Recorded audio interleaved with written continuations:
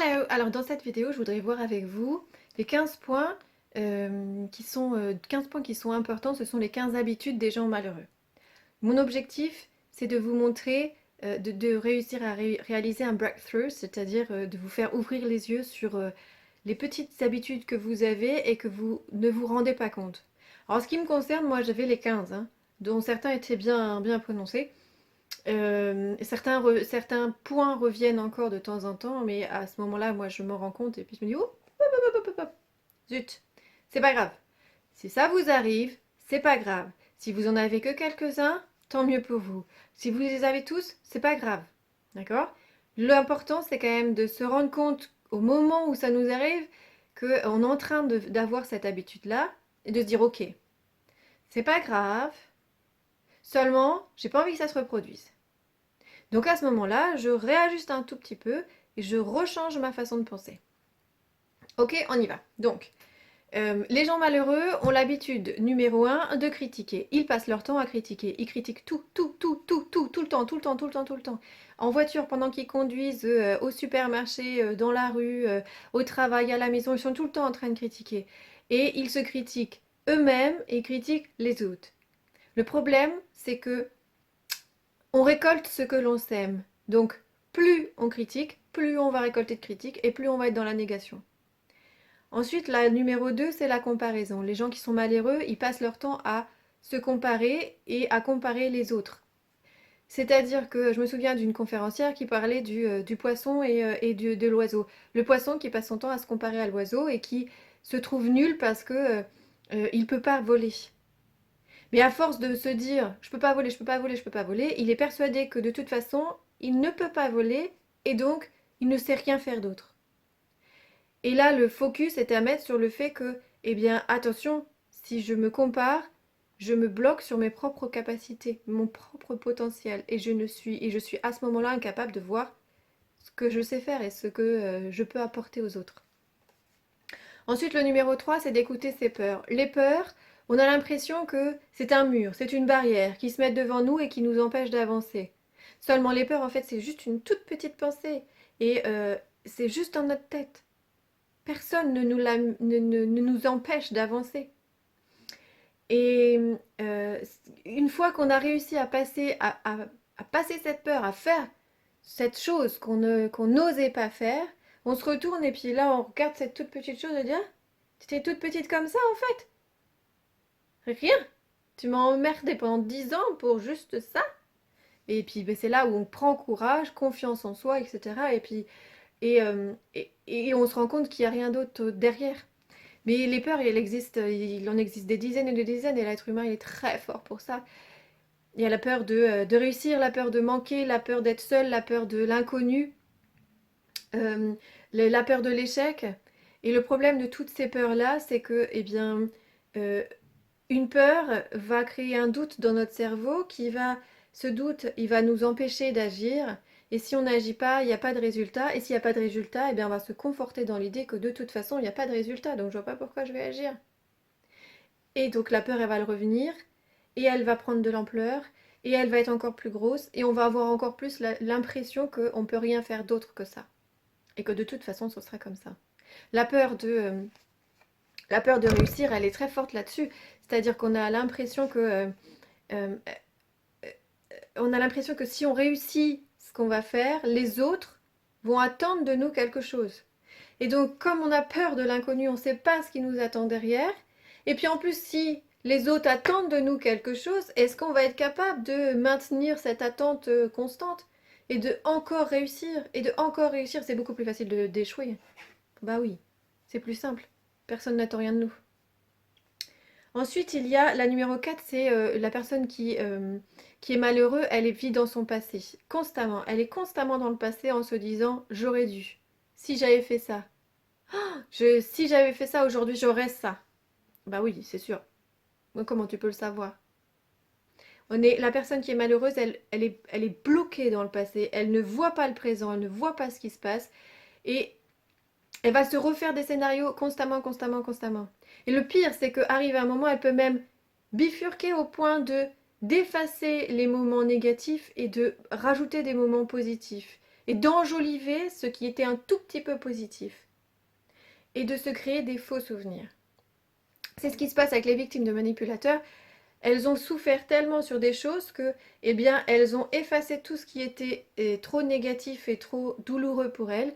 Elles se sont créées des souvenirs positifs, ce qui fait que quand elles essayent de partir, ou quand elles viennent de partir, de quitter leur manipulateur, eh bien, elles ont envie de revenir vers eux, non pas parce que c'était trop génial, mais parce que justement, euh, elles ont cette idée que avec lui, c'était comme ça. Et que quoi qu'il arrive de toute façon, je peux rien faire d'autre. Quoi qu'il arrive de toute façon, si je me retrouve quelqu'un d'autre ou si je fais ma vie tout seul, toute seule, ça ne ressemblera jamais à ça. Ben oui, effectivement, ça ne ressemblera jamais à ça parce que c'est un faux souvenir. Ça n'existe pas. Ce n'est pas ce qui s'est passé. Mais on a tellement réfléchi là-dessus que notre cerveau a voulu nous aider. C'est un réflexe de défense. Ensuite, la numéro 5, c'est que la personne qui est malheureuse, elle jalouse énormément. Mais le problème, c'est qu'à force de jalouser, eh bien, on va se bloquer. Ah, cette fille, elle est trop ceci, elle est plus que moi, elle a plus ceci. Ah, elle a un beau corps. Wow, elle a un beau corps, hein. Poulouloulou. Ah, la salope. Bah non, c'est pas ça qu'il faut dire, quoi. Non, non. Waouh, dis donc. Belle nénette, hein? Moi aussi, j'aimerais comme ça. Eh ben, on va s'inspirer. On va pas critiquer. On va tourner notre regard pour que ce soit différent. Et à ce moment-là, on va regarder la personne pour s'inspirer et pour se dire: ah, j'aime bien comment elle mange. J'adore comment elle s'habille. Eh ben, je vais faire en sorte de trouver quelques vêtements comme ci. Et puis, je vais faire en sorte d'aller acheter au magasin, peut-être même le même magasin qu'elle. Comme ça, je trouverai peut-être la même chose. Et puis, je m'inspirerai d'elle. Je ne serai pas son comment on dit, son sosie, mais je vais m'inspirer d'elle pour les choses que j'aime chez elle. Je vais les prendre et je vais lui laisser ce que j'aime pas. Ensuite, la numéro 6, les gens malheureux sont des éponges émotionnelles, c'est-à-dire qu'ils vont prendre les problèmes des autres et se les intégrer. Ils vont prendre les problèmes et la souffrance des autres et en plus d'intégrer eux-mêmes leurs problèmes, ils vont augmenter la souffrance que l'autre vit. C'est-à-dire que l'autre, il va ressentir ça sur sa souffrance et nous, on va augmenter encore plus en disant pouh, et en plus de ça, on va prendre leurs problèmes et puis on va nous oublier les nôtres. Si on met les nôtres de côté, et bien pendant un moment, au moins, on n'y pense pas. Et, euh, et donc, on va focaliser toute notre énergie sur les problèmes des autres et sur la souffrance des autres. Ensuite, l'habitude numéro 7, c'est le manque de discernement. C'est-à-dire que les gens les gens qui sont malheureux, ils ne savent pas faire la différence entre les actions, les choses sur lesquelles ils peuvent agir et les choses sur lesquelles ils ne peuvent pas agir. Je vais vous prendre un exemple concret. Il y a quelques mois, avec mon conjoint, on a voulu acheter un terrain de loisir et non pas un terrain de construction. On a voulu acheter ce terrain et on a eu plein de projets dessus, il rentrait dans tous nos critères, il était génial et tout, et puis il était dans notre budget. Et on a agi. On a agi, c'est-à-dire que tous les jours, on est allé voir le propriétaire, les voisins. On a fait en sorte de discuter avec les enfants des propriétaires. L'objectif étant de créer du lien, de montrer qu'on était extrêmement intéressés. Et puis, on y allait souvent pour se projeter dedans. Là, on a agi. Jusqu'au jour où on s'est rendu compte que, eh bien, on n'a pas eu le terrain. On était pourtant les favoris pour les propriétaires, mais quelqu'un est arrivé, il a proposé plus d'argent et donc le propriétaire, eh bien, il a pris l'argent. Logique, tout le monde aurait fait ça. Seulement sur ce coup-là, eh bien, une fois qu'on a passé le choc, on s'est dit, oh là là, on arrête de focaliser notre énergie là-dessus parce qu'on va se vider et on va passer à autre chose et on va se renseigner sur l'achat d'un terrain ou sur lequel on va pouvoir construire notre maison parce que pour l'instant on est en location. Donc voilà, là on a fait la distinction entre les choses qu'on ne peut plus faire, qu'on ne peut plus agir et on se concentre sur des choses sur lesquelles on peut agir. Parce que si on était resté sur le fait qu'on n'avait pas ce terrain, eh bien on aurait vidé notre énergie, nos pensées nos négatives, nos critiques, nos jugements sur quelque chose sur lequel on ne peut plus rien faire. Ensuite, le point numéro 8, c'est les gens qui sont malheureux, ils pensent injuste de ne pas avoir ce qu'ils veulent. Donc évidemment, c'est pour eux, par exemple, l'argent. L'argent, c'est le point le plus important, c'est-à-dire qu'ils trouvent injuste de ne pas avoir le salaire qu'ils veulent. Ils sont persuadés qu'il y a une quantité limitée d'argent dans le monde et qu'ils devraient avoir une part. Et ils sont persuadés que la part qui leur était revenue a été volée par quelqu'un d'autre.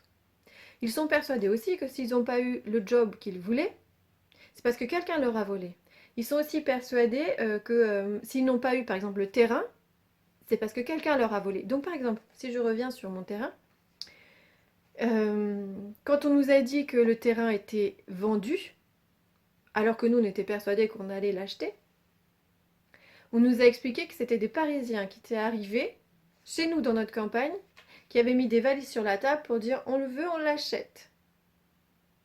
Donc notre première réaction, ça a été ah, on nous a volé notre terrain. Ben non, il nous appartenait pas déjà. Il nous appartenait pas et puis ils nous l'ont pas volé. Donc sur la première réaction, ça a été de ça et puis après on a pris un peu de recul, on s'est dit ouf ouf ouf ouf. On y va doucement. Ils nous ont pas volé. Si on prend du recul, on se dit ah ouf. Heureusement qu'on n'a pas acheté ce terrain-là parce que les enchères sont montées tellement hautes que le terrain il vaut plus le prix qu'il est vendu. C'est un terrain sur lequel on ne pouvait plus rien faire, on pouvait pas, nos projets auraient été limités. Donc finalement, tout cet argent-là qu'on aurait mis dans ce terrain, eh ben, on n'aurait pas pu le mettre pour l'achat de notre maison, enfin la maison qu'on aimerait avoir.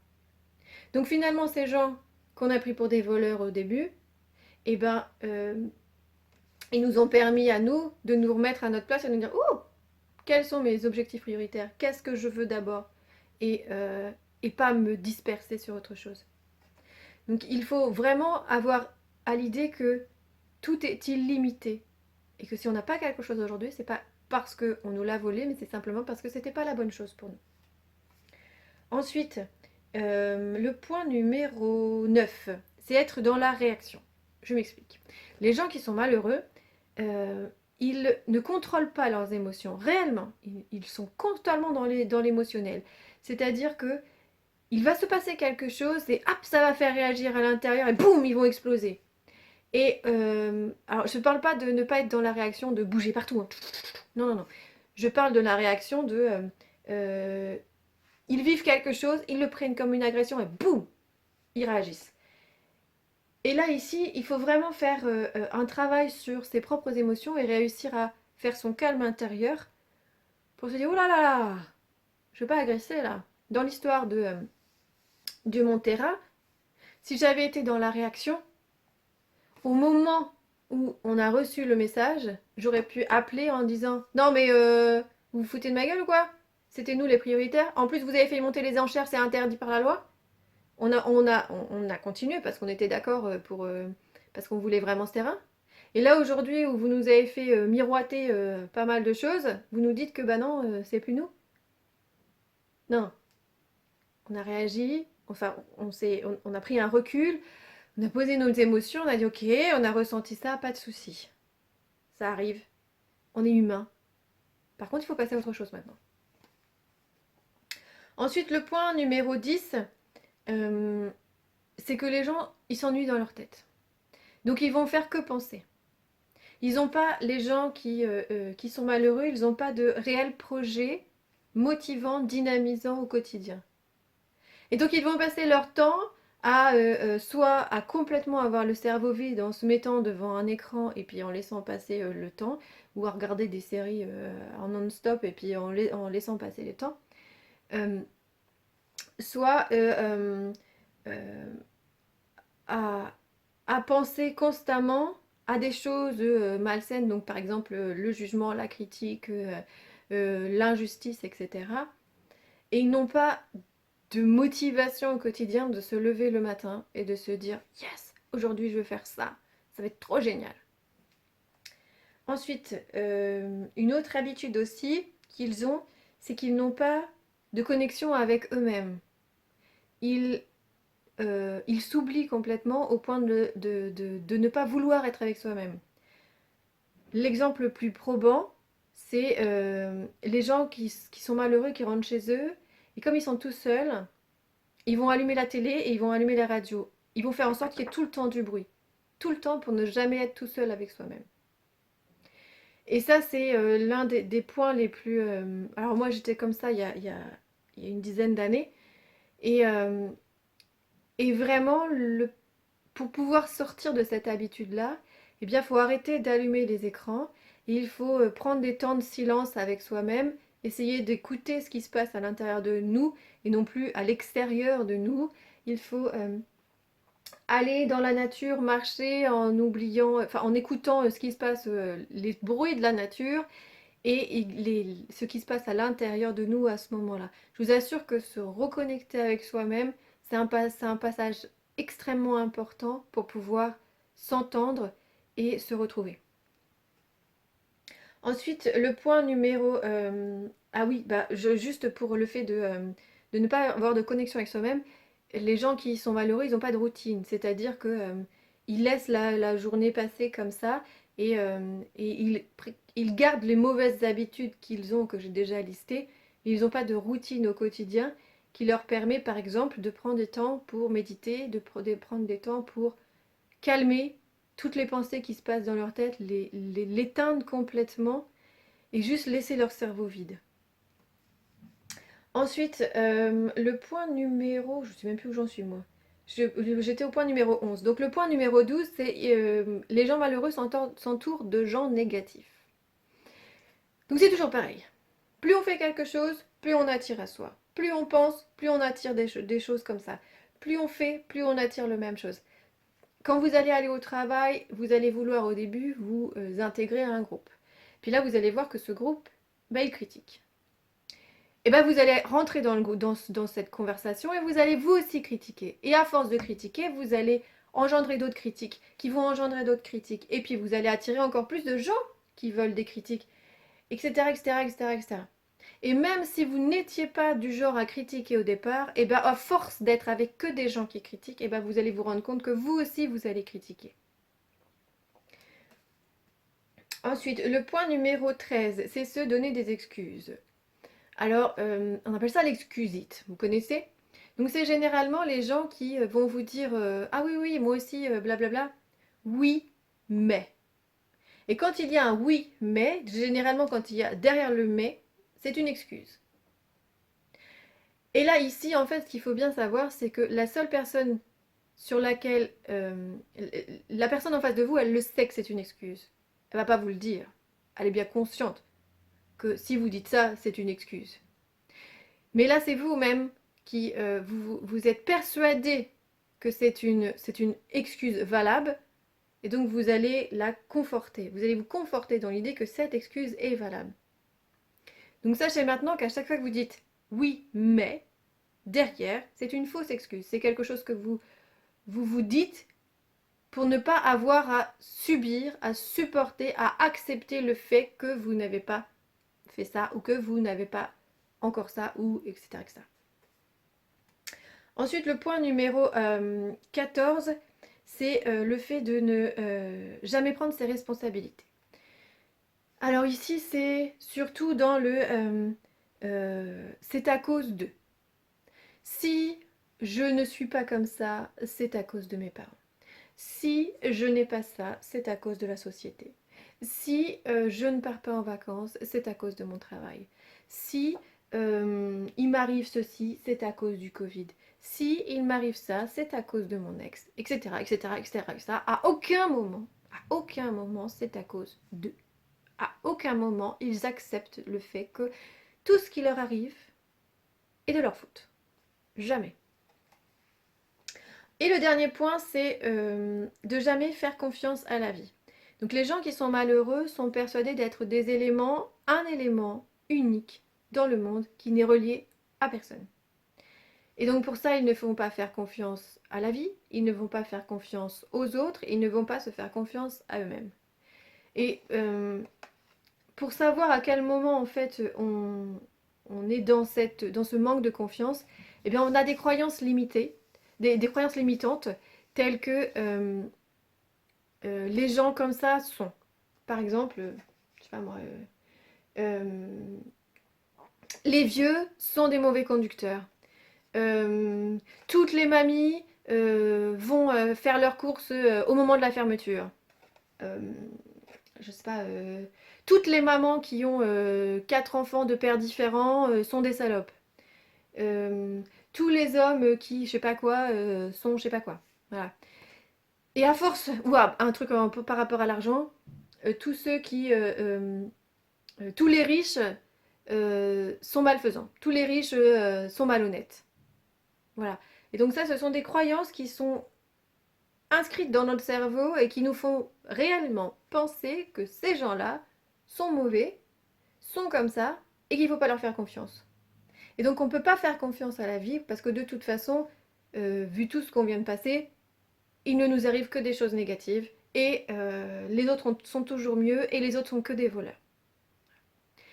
Donc voilà, donc moi je vous juste pour rappel, j'ai été dans les 15, vraiment. Et puis il y en avait certains, dont les derniers là, où l'excusite, la responsabilité et puis les croyances limitantes, où j'étais bien enfoncée. Hein. Donc là, ce que moi j'aimerais, c'est que vous écriviez dans les commentaires juste en dessous quelles sont les habitudes que vous avez eues ou que vous avez encore et celles avec lesquelles vous avez vibré le plus, celles qui vous ont le plus marqué quand j'en ai parlé, et que vous notiez ensuite comment est-ce que vous comptez faire pour évoluer là-dessus.